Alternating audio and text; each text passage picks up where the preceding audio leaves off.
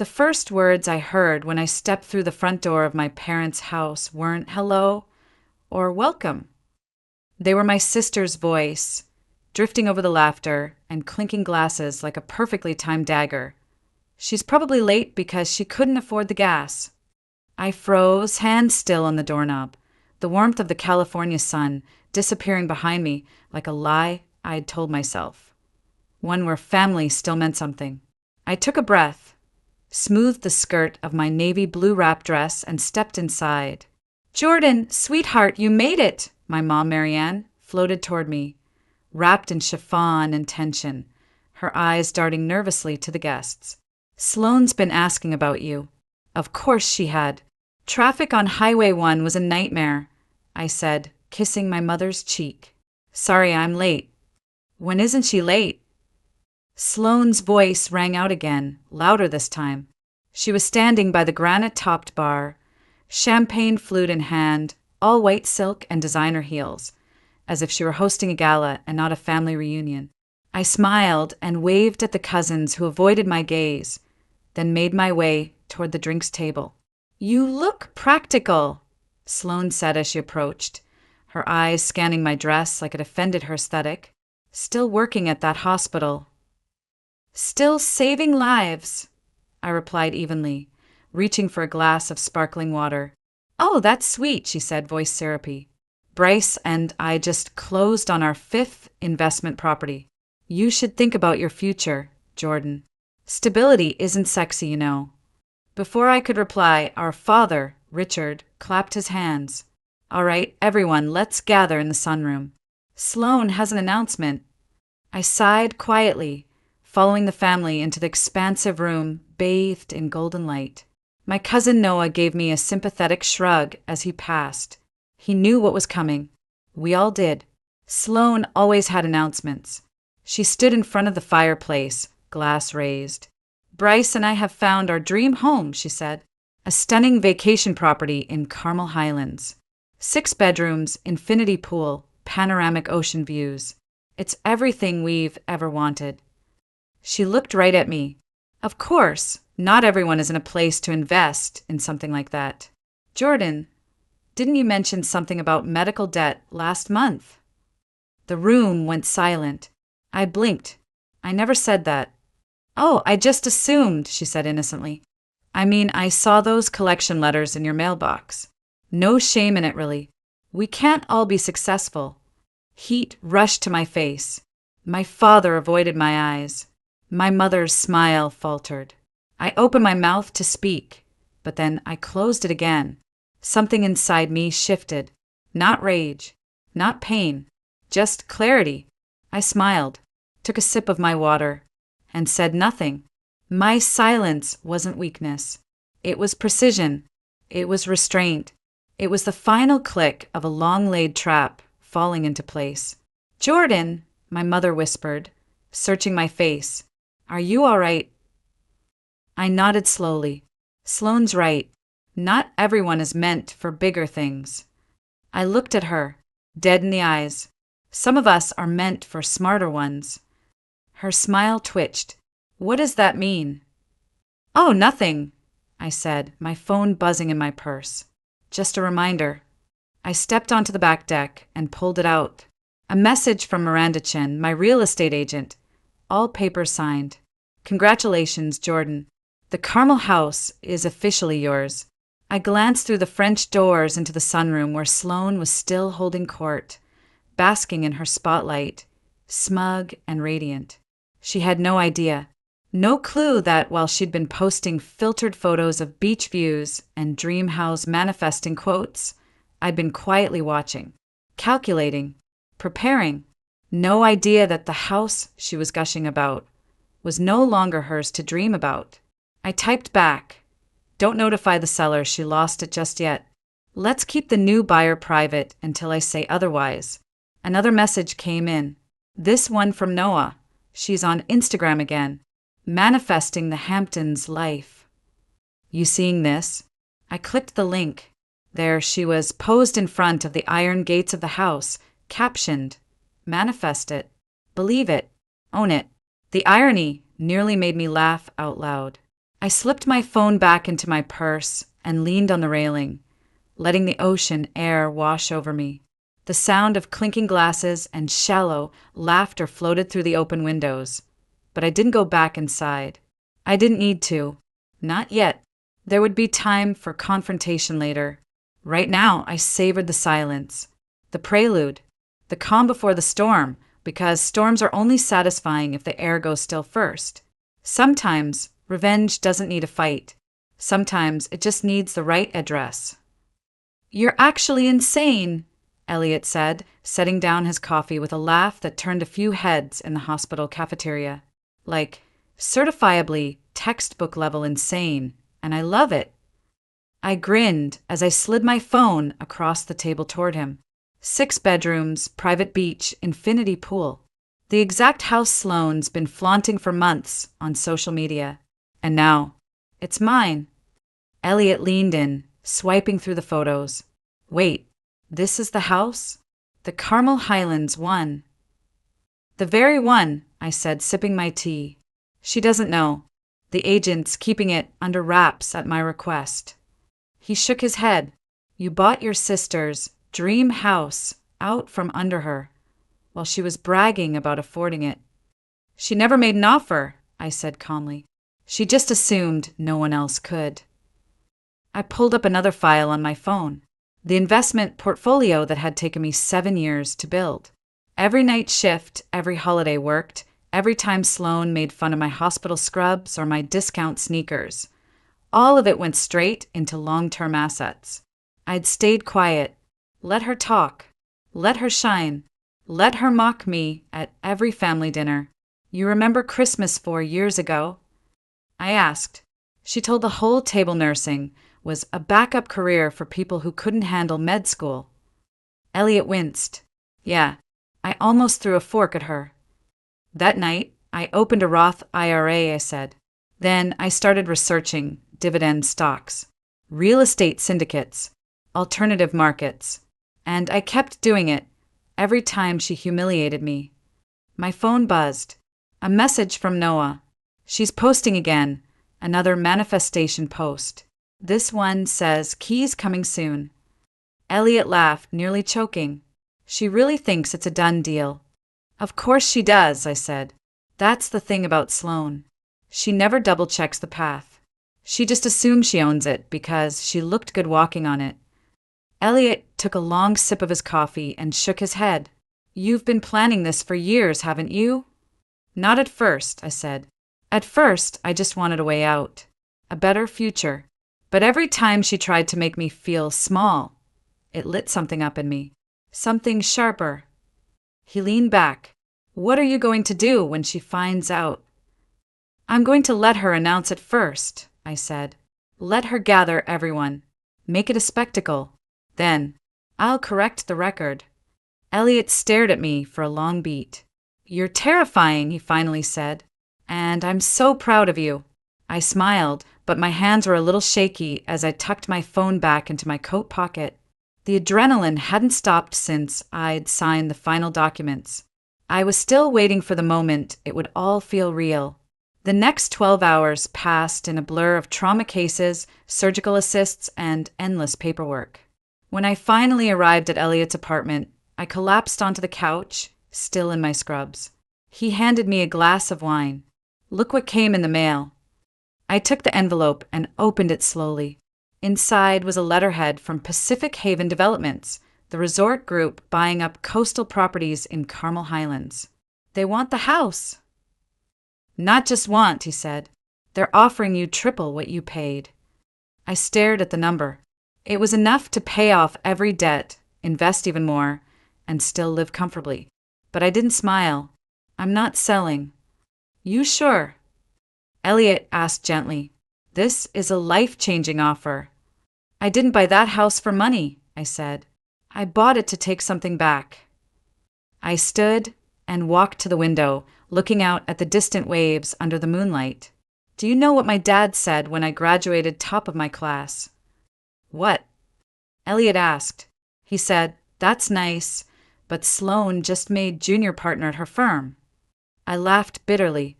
I remember standing there, holding my diploma, thinking, even this isn't enough. Elliot joined me at the window. "You've always been enough," he said. "They were just too blind to see it." Another message popped up on my phone. "Family dinner at Sloane's this weekend. She says she has big news. You're coming, right?" I replied, "Wouldn't miss it." Elliot grinned. "Please tell me you're going to drop the bomb in person." "No bombs," I said. "Just clarity, precision, like a scalpel, not a grenade." I opened my banking app and showed him the totals. Elliot let out a low whistle. "No one ever asked how you could afford to live alone on a nurse's salary, did they?" "Nope. They just assumed I was struggling. Because that's the story Sloane told them." "You know what the best part is?" I added, "Everything I know about real estate, I learned from her." Elliot raised his glass. "To poetic justice." I clinked mine against his, but inside, something deeper stirred. This wasn't just about revenge anymore. This was about legacy, about rewriting what family success looked like, about showing them that quiet doesn't mean weak, and humble doesn't mean forgettable. The truth was, I'd never wanted the spotlight. I just didn't want to be left in the dark. The sky over Monterey was painted in streaks of apricot and lavender as I pulled into Sloane's driveway that Saturday evening. Her McMansion was glowing, every window lit, every outdoor lantern on, as if she were trying to illuminate her own importance.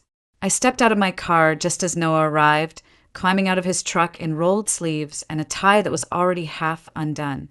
"Perfect timing," he said, falling into step beside me. "You ready for whatever this is?" "More ready than she is," I muttered, hand clutching my purse, inside of which was a manila envelope I hadn't let out of my sight for 2 days. Inside, everything was pristine, all chrome and marble and careful staging. Family portraits lined the hallway, all featuring Sloane at center stage. No one ever framed silence, so of course I was nowhere in sight. "Jordan."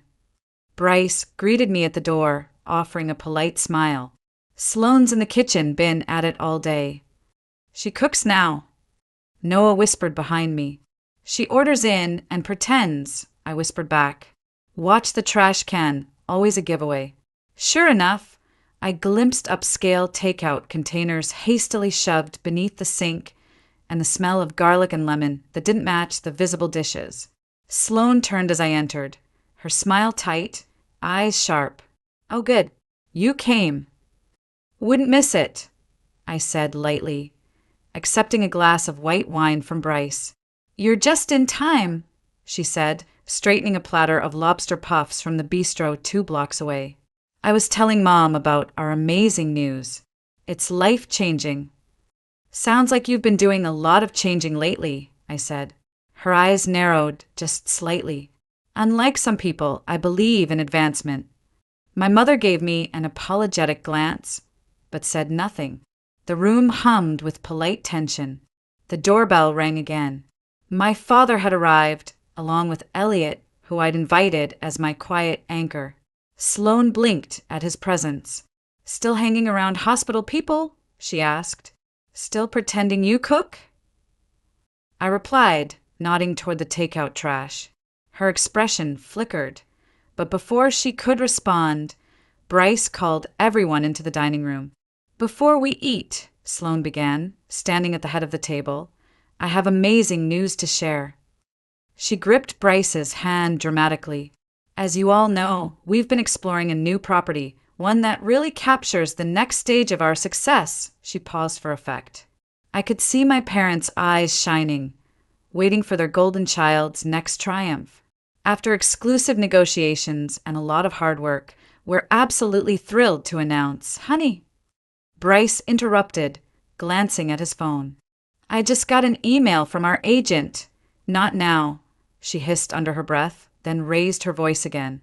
"As I was saying, Sloane," Bryce said louder. "The house sold. To someone else." The room went still. "What?" Sloane's voice cracked like ice. "That's impossible. Check again." "It sold 2 days ago. Agent says the new owners asked to remain anonymous." I took a long sip of wine, watching her face. The exact moment it began to crumble, it was almost art. No, she said, shaking her head. We had an agreement. They were holding it for us. We told everyone. My father tried to salvage the moment. There'll be other properties, sweetheart. No, she said louder this time. That was our house. My house. I told everyone. I already. She stopped mid-sentence and turned to me. Why aren't you more upset? I tilted my head. Why would I be? Because, she sputtered. Because you're supposed to be happy for me. Jealous, even. Noah nearly choked on his drink. Bryce leaned forward, cautiously. Maybe we should all take a minute. No. Sloane snapped. This was supposed to be perfect. I was going to show everyone. Show everyone what? I asked, voice soft. That you win again. That you're better than me. She caught herself, but it was too late. My parents exchanged an uncomfortable glance. You know what's interesting? I said, setting my glass down. Success isn't always about who shouts the loudest. What is that supposed to mean? It means, I pulled out my phone, unlocked it, and slid it across the table. Sometimes the quiet ones surprise you. Sloane's face twisted in confusion as she picked up the phone. Her eyes scanned the photos, interior shots of her dream home, aerial views of the backyard and pool. And then the name on the deed. This is a joke, she whispered. The closing papers arrived yesterday, I said, reaching into my purse and pulling out the envelope. Would you like to see them? The room erupted. My father was asking questions. My mother had her hands over her mouth. Bryce looked like someone had slapped him with a wet contract. But all I saw was her face, the disbelief, the unraveling. How, she finally croaked. You're a nurse. You take the bus. A nurse who knows how to invest, I replied. Every time you mocked my job, I picked up another shift. Every time you bragged about your bonuses, I quietly met with a financial advisor. But your apartment is in one of the fastest growing neighborhoods in Monterey, tripled in value. And I take the bus because parking at the hospital costs a fortune. Elliot cleared his throat. She's also one of the top earners in her department, published in journals. She's a beast. Enough, Sloane barked, spinning toward Bryce. Call our lawyer. There must be a way to contest this. Bryce shifted uncomfortably. We never made an offer, Sloane. We have no legal grounds. Then make some, she shouted. This is my house. No, I said, voice like stone. It's mine. And the real reason you're angry is because you never thought I could be competition. Silence fell again. My father stared at his untouched plate.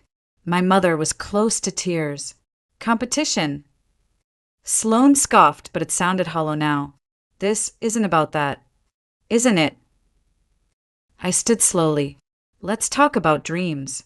Like my nursing ceremony, where you showed up late, talked through my speech, and hijacked dinner to announce your new license. Or when I got promoted and you told everyone I was playing doctor. Or last month, when you told the entire family I was drowning in debt. That was different. I was trying to help. By lying. Elliot cut in. By spreading rumors. Stay out of this. Sloane snapped. He is family, I said. He supported me more than you ever did. Bryce suddenly stood. Sloane, we need to talk. Now. About what? She asked, blinking. About the credit cards. The loan applications I found with my forged signature. Her face went pale. Not now, yes. Now. He turned to the room. I'm sorry. We need a minute. They disappeared into the kitchen, but the shouting echoed through the walls. My mother turned toward the table, trying to smile. Shall we serve the food? Actually, I said, collecting my purse and the envelope. I should go. I have contractors meeting me at my house tomorrow to discuss renovations. My father's voice stopped me as I reached the door. Jordan, wait. I paused. I'm sorry. We should have paid more attention to your achievements, to the fact I was building something while Sloane was just talking about it. He nodded, quietly, brokenly, from the kitchen. Sloane's voice rose again. I was going to pay it back. You don't understand. $60,000, Sloane. Bryce shouted. When were you going to tell me? Noah whistled low under his breath. Elliot stood and picked up his coat. That's our cue. We stepped into the cool evening air, the noise from inside still echoing. That, Noah said, catching up beside me, was the most incredible thing I've ever seen. It's not over, I replied, unlocking my car. This was just the beginning. 3 days later, I met Bryce at a small cafe across from the hospital. He looked like he hadn't slept. His tie was crooked, his suit wrinkled, and the bags under his eyes spoke louder than his voice ever could. Thanks for coming, he said as I sat down. I know things are messy right now. I said nothing, just waited. He pulled a folder from his briefcase and slid it across the table.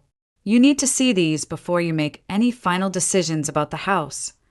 Inside were copies of credit card statements, personal loan applications, and bank overdrafts, pages and pages, all with Sloane's name and Bryce's forged signature. She's drowning, he said quietly. Designer clothes, leased cars, the whole image, it's all built on debt. She was counting on that house to bail her out. How? I asked, though I already knew. She planned to use it as collateral, he confirmed. A quick appraisal, a private lender, fast cash to pay off everything before it exploded. I closed the folder slowly. And she never told you? I didn't even know until I found the second credit card under my name. I confronted her 2 nights ago. She cried, denied everything, then finally admitted it when I showed her the statements. He rubbed his face with both hands. And now, she's pulling your parents into it. My stomach turned. What do you mean? They're talking about taking out a second mortgage on their home to give her a fresh start. I stared at him. They're going to risk their retirement to cover for her lies? He nodded grimly. They think she's finally hit rock bottom, that this is her wake-up call. My phone buzzed. A message from Noah. Family emergency meeting at your parents' house. Sloane's idea. You coming? I showed the text to Bryce. She doesn't know I'm here, he said. But Jordan, be careful. She's desperate now. That's when people do the ugliest things. I nodded, slipped the folder into my bag, and stood. Thanks for the warning. He touched my arm as I turned to leave. Just don't let her make you the villain in her tragedy. I paused. She already did. I just stopped playing the part. That evening, I pulled up to my childhood home, the porch lights glowing like they used to when I came home from college. Only now, the warmth was manufactured, the welcome carefully staged. Inside, the entire family was gathered in the living room, just like old times, except no one was smiling. Sloane sat on the couch, dressed modestly in soft gray, her hair pulled back, her eyes puffy. My mother rushed over the moment I walked in. Thank God you came. What is this? I asked calmly, scanning the room. It's about family, my father said. About making things right. Sloane stood slowly, her hands folded in front of her like a child waiting to confess. I've been doing a lot of thinking, she began, about mistakes, consequences, and I realized I've hurt people, especially you, Jordan. Noah, seated in the corner, caught my eye and gave the slightest shake of his head. I knew what he was thinking. It was a show, a setup, and I wasn't playing along. I've been terrible to you, Sloane continued. Cruel, competitive, dismissive, and now I'm paying for it. But it's not just me suffering. Mom and Dad, they're being dragged into it, and I don't want that. She turned to our parents. I'm so sorry. I want to fix this, starting with my sister. I didn't say anything. I let the silence settle, let her squirm. I know I don't deserve it, she added, but I'm asking for forgiveness. I waited a beat. Are you done? Her face faltered. Good, because now it's my turn. I turned to our parents. Did she tell you about the forged loan applications? My mother blanched. What? The maxed out credit cards? The plan to use the Carmel house to secure a private loan. Jordan, please, Sloane said, her voice trembling. This isn't the place, isn't it? I turned back to our father. You were going to mortgage your house. For her. But when I was working double shifts to stay afloat. Nothing. Not even a cosign. That's different, my mother said weakly. Why? I asked. Because I didn't cry loud enough? Because I didn't fake fragility? My father tried to interject, but I raised a hand. No, you need to hear this. You've enabled her for years.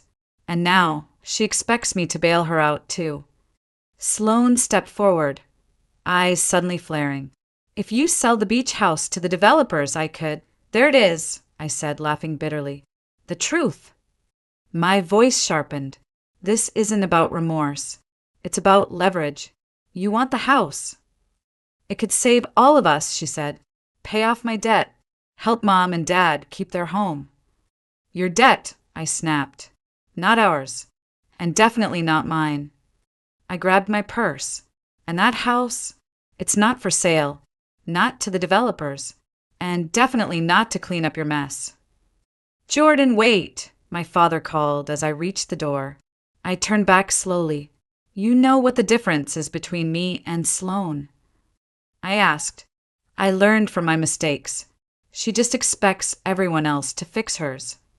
Then I walked out, the sound of her frantic protests muffled by the soft click of the front door behind me. In the car, I pulled out my phone and dialed Miranda. She answered on the second ring. Jordan. About that resort offer, I said. Let's talk. 2 weeks later, the sun dipped low over the horizon as the last car pulled into the gravel driveway of my beach house. Through the newly installed floor-to-ceiling windows, the sea shimmered like a sheet of glass, quiet and endless. They're here, Elliot said, adjusting the appetizer trays. Everyone, Noah confirmed, handing me a glass of champagne. Ready. I looked out toward the ocean, then back to the folder resting on my desk. Time to end this. One by one, my family stepped through the door, expressions mixed. Curiosity, anxiety, denial. My mother looked around with a practiced smile. Jordan, it's beautiful. The renovations turned out better than I expected, I said. Feels like a fresh start. Sloane entered last. She wasn't wearing designer anything, just a pale cardigan and jeans. Her hair was tied back, her eyes swollen from either crying or trying not to. Bryce hovered near the doorway, not quite beside her, not quite away. According to Noah, they still weren't living together. Well, my father said, clearing his throat. This is quite something. It is, I replied. But before we celebrate, there's something we need to discuss. Every head turned. I walked over to the desk, picked up the folder, and held it in both hands. This house has changed everything, not just for me, but for what this family could be. I began handing out copies. So I created a trust. A what? My mother asked. A family trust, I explained. The house will be its main asset. Ownership is being transferred, not to an individual, but to the Ellis Family Trust. Sloane's eyes snapped up. You're giving it away? Not exactly, I said. I'm reassigning control. With conditions. Bryce scanned the document quickly.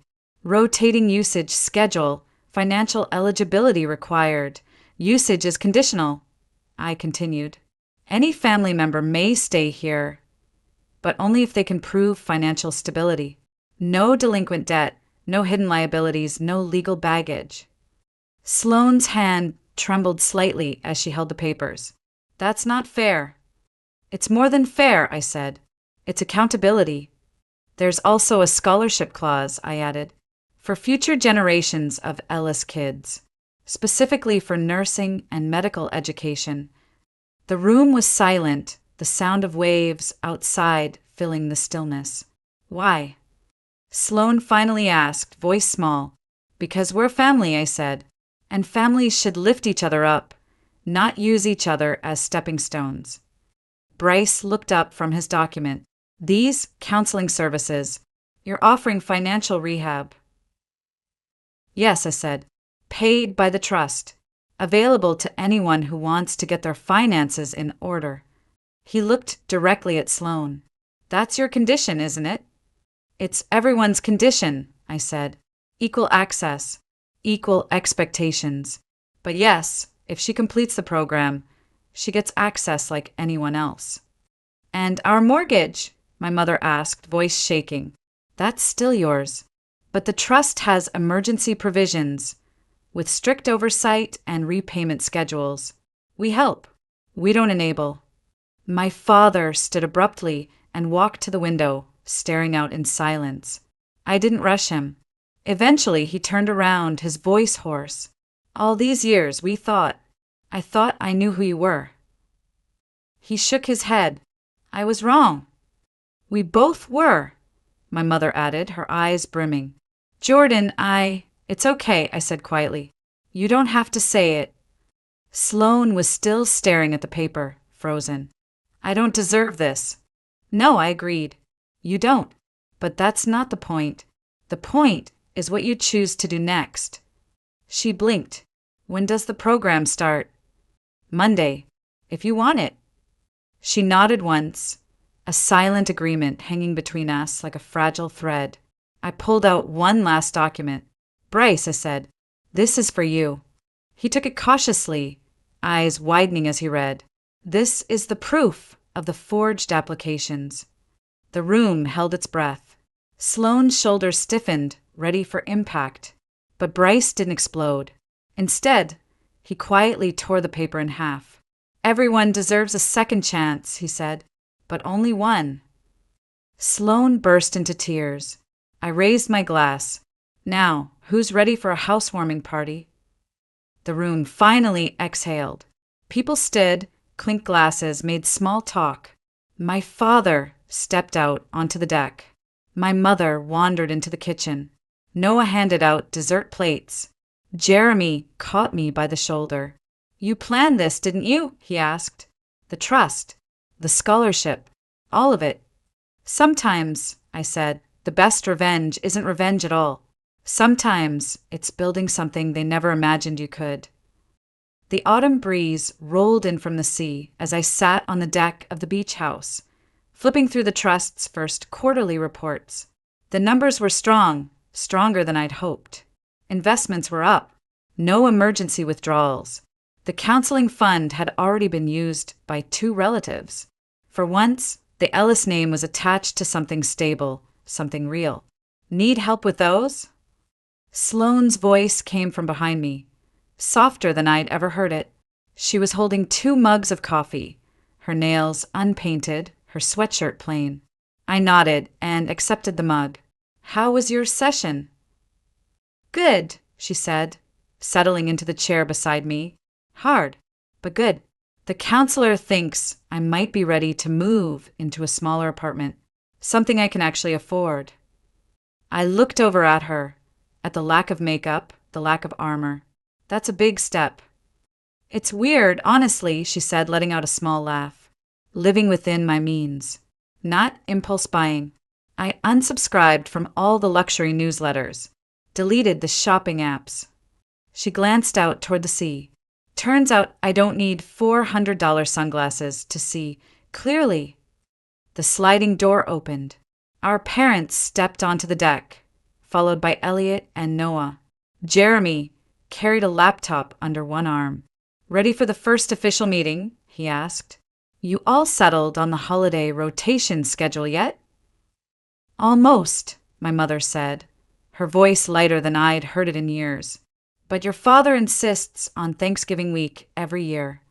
Tradition, my father muttered. That's not tradition, Sloane said. That's turkey-based tyranny. We all laughed, genuinely this time. Elliot sat beside me as Jeremy set up the laptop. Before we start, my father said, clearing his throat. I have something to say.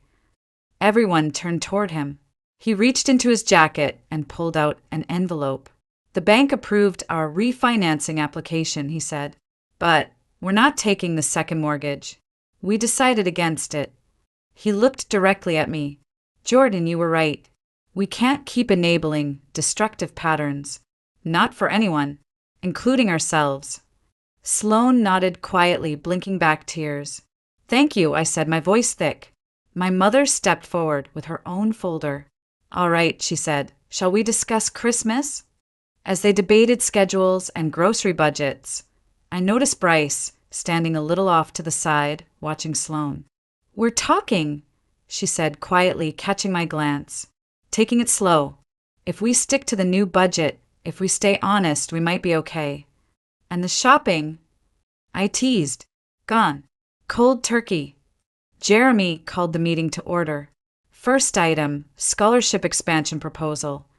Actually, I interrupted. There's something else first. I pulled out my phone and opened the email I'd received that morning.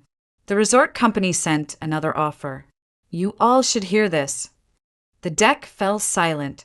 My mother shifted in her seat. You're not selling, are you? No, I said. But look at the last paragraph. I read it aloud. In lieu of purchase, Pacific Haven Developments proposes a long-term partnership. The Ellis Trust retains full ownership while the resort develops and manages adjacent properties.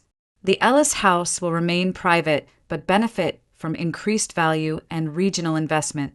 Projected appreciation, 3x over 10 years. Bryce let out a low whistle.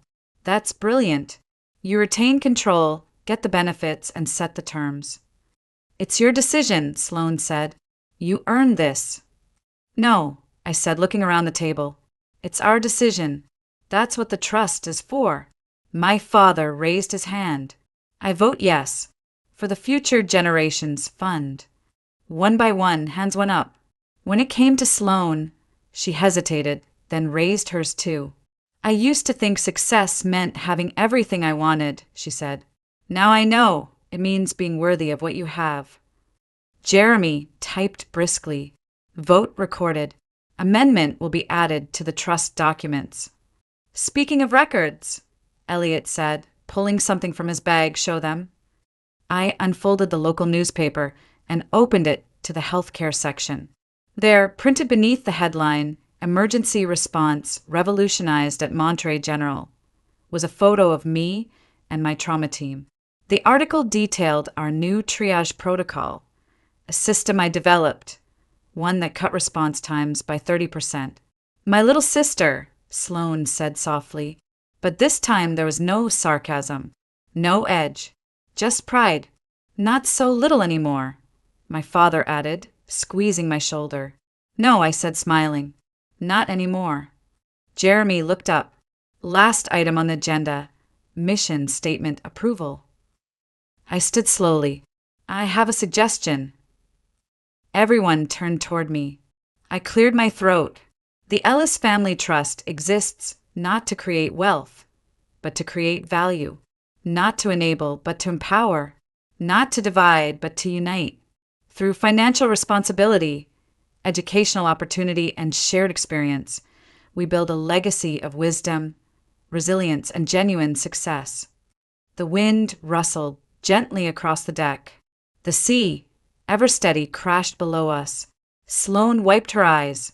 It's perfect. Then it's official, Jeremy said. The mission statement is approved. We clinked mugs of coffee instead of champagne. More grounded, more real. Through the glass doors, I saw my mother setting out dessert. My father adjusting the cushions. Sloane and Bryce talking quietly in the corner. Elliot turned to me. Think they'll be okay? Maybe, I said. But for the first time, I'm okay. The sun broke through the clouds, casting light across the deck. Warm, solid, true.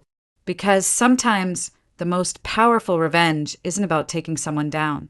Sometimes it's rising so high they can't even reach the version of you they tried to destroy.